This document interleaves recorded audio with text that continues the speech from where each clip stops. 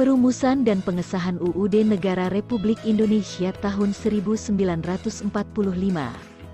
Dalam sidang pertama BPUPKI, Muhammad Yamin menyatakan bahwa rakyat Indonesia mesti mendapat dasar negara yang berasal dari peradaban kebangsaan Indonesia. Orang Timur pulang kebudayaan Timur, kita tidak berniat lalu akan meniru sesuatu susunan tata negara negeri luaran. Kita bangsa Indonesia masuk yang beradab dan kebudayaan kita beribu-ribu tahun umurnya. Dengan kedalaman ilmu dan pemikiran serta kesadaran akan nilai kebangsaan, para pendiri negara menyepakati dasar negara Indonesia, yaitu Pancasila dan Undang-Undang Dasar tahun 1945 yang dijadikan sebagai konstitusi negara atau hukum dasar negara. Tata penyelenggaran negara dan bernegara harus didasarkan pada Pancasila dan UUD NRI tahun 1945.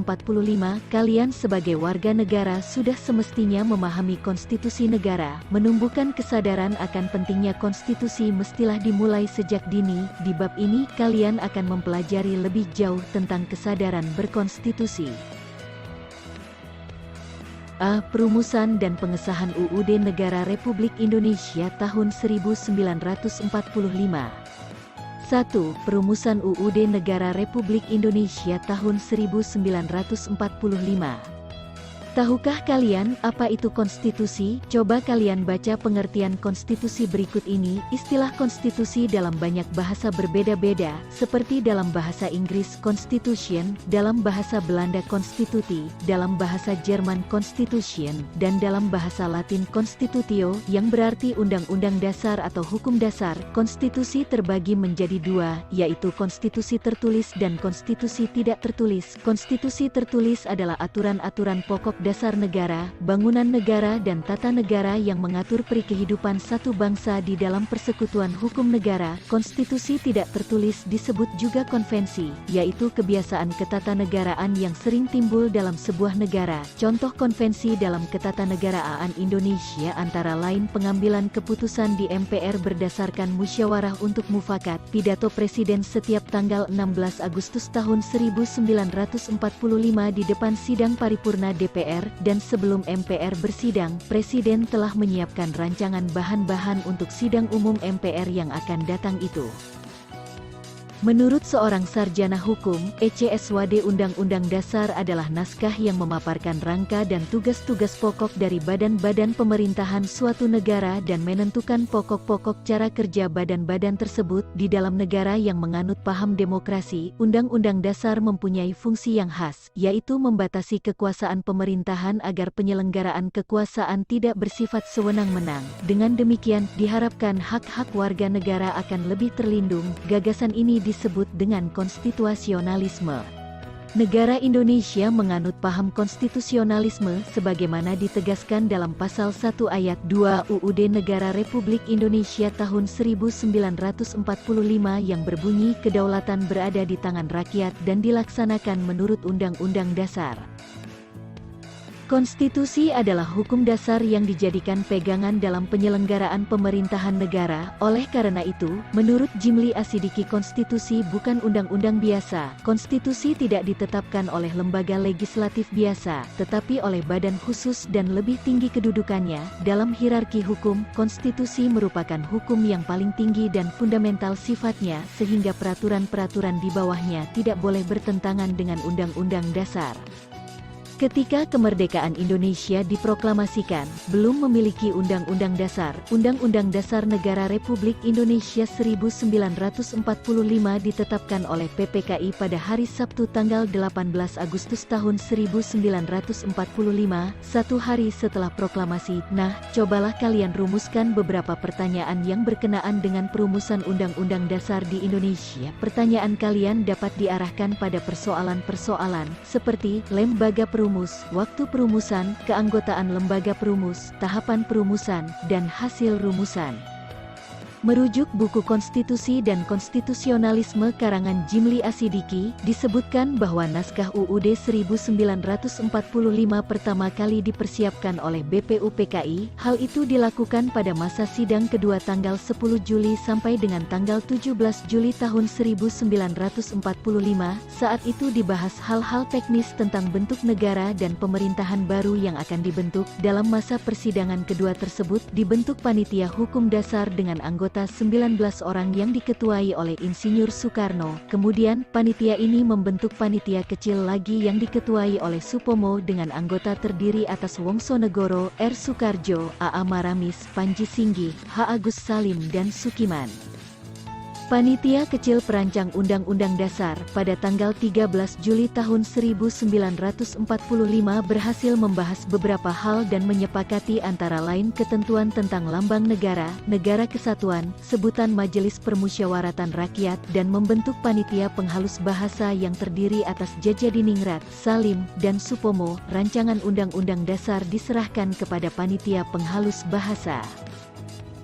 Pada tanggal 14 Juli tahun 1945, BPUPKI mengadakan sidang dengan agenda pembicaraan tentang pernyataan kemerdekaan. Panitia Perancangan Undang-Undang Dasar melaporkan hasilnya. Pasal-pasal dari rancangan UUD berjumlah 42 pasal. Dari 42 pasal tersebut, ada 5 pasal masuk tentang aturan peralihan dengan keadaan perang, serta 1 pasal mengenai aturan tambahan.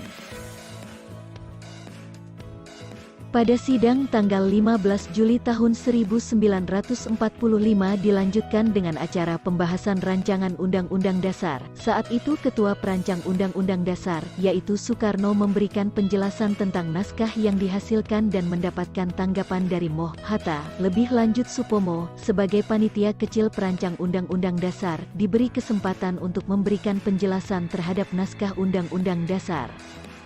Penjelasan Supomo antara lain menjelaskan betapa pentingnya memahami proses penyusunan Undang-Undang Dasar.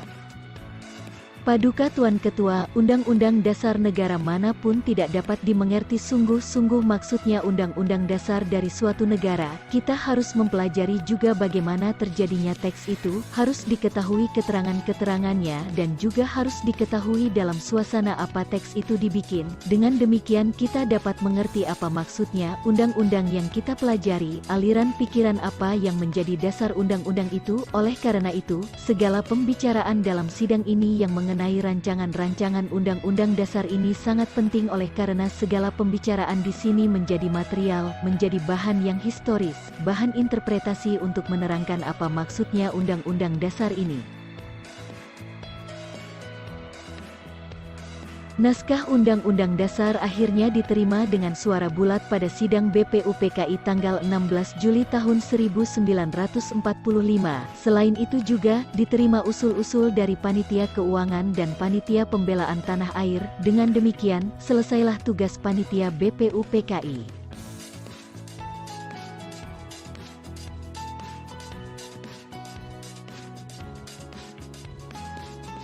2. Pengesahan Undang-Undang Dasar Negara Republik Indonesia tahun 1945. Sehari setelah proklamasi kemerdekaan Indonesia, Panitia Persiapan Kemerdekaan Indonesia (PPKI) yang menggantikan BPUPKI melaksanakan sidang, yakni pada tanggal 18 Agustus tahun 1945. Insinyur Soekarno, sebagai Ketua PPKI, dalam sambutan pembukaan sidang dengan penuh harapan mengatakan sebagai berikut.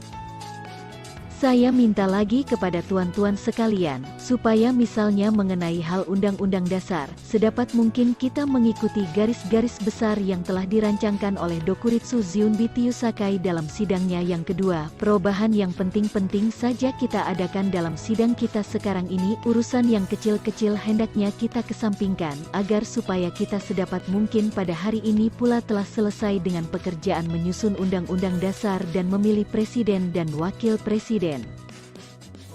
Harapan Soekarno di atas mendapatkan tanggapan yang sangat baik dari para anggota PPKI. Muhammad Hatta yang memimpin jalannya pembahasan rancangan Undang-Undang Dasar dapat menjalankan tugasnya dengan cepat. Proses pembahasan berlangsung dalam suasana yang penuh rasa kekeluargaan, tanggung jawab, cermat dan teliti, dan saling menghargai antar anggota. Pembahasan rancangan Undang-Undang Dasar menghasilkan naskah pembukaan dan batang tubuh. Undang-Undang Dasar ini dikenal dengan sebutan Undang-Undang Dasar Negara Republik Indonesia tahun 1945 melalui Berita Republik Indonesia tanggal 15 Februari tahun 1946. Penjelasan Undang-Undang Dasar menjadi bagian dari Undang-Undang Dasar 1945. Suasana permufakatan dan kekeluargaan, serta kesederhanaan juga muncul pada saat pengangkatan Presiden dan Wakil Presiden. Risalah Sidang PPKI mencatat sebagai berikut.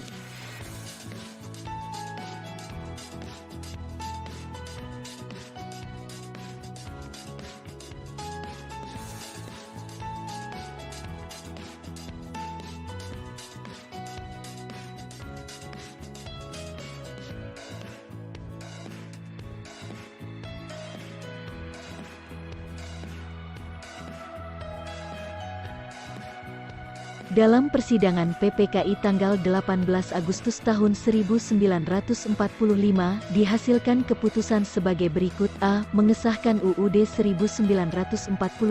B. Menetapkan Insinyur Soekarno sebagai Presiden dan Drs. Muhammad Hatta sebagai Wakil Presiden Republik Indonesia. C. Membentuk Komite Nasional Indonesia Pusat. Sidang PPKI telah melakukan beberapa perubahan rumusan pembukaan UUD Naskah Piagam Jakarta dan rancangan batang tubuh UUD hasil sidang kedua BPUPKI. 4 perubahan yang disepakati tersebut antara lain sebagai berikut: A. Kata mukadimah diganti dengan kata pembukaan. B. Sila pertama, yaitu ketuhanan dengan kewajiban menjalankan syariat Islam bagi pemeluk-pemeluknya, diganti dengan rumusan ketuhanan yang Maha Esa. C. Perubahan pasal 6 UUD yang berbunyi Presiden ialah orang Indonesia asli yang beragama Islam menjadi Presiden ialah orang Indonesia asli.